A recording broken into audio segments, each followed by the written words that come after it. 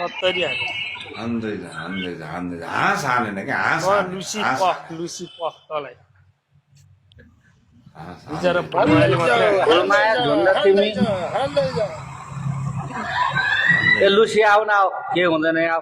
Lucy पख तलाई अब के फरक पर्दैन ल धन्यवाद धन्यवाद ल भयो भयो भयो भन्दा बेसी नगरौँ भयो भयो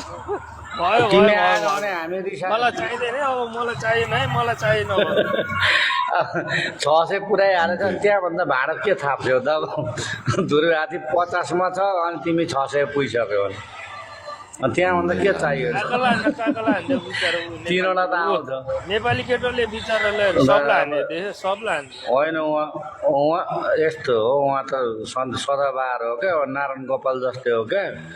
एउटा गीत गायो भने मरिन्जेलसम्म पुग्ने खालको मान्छे हो उहाँले एउटा मुटु हान्ने बित्तिकै नेपाली केटो सुन त्यो है भिसीका कुरा खोलिदिन्छ नि फेरि विचार गर फेरि फेरि के कुरो गरेको कस्तो मान्छे हान्दै जाऊ यो हो नि त फ्याँकेको पावर नेपाली केटोलाई मैले 24 घन्टा आवर 24 आवर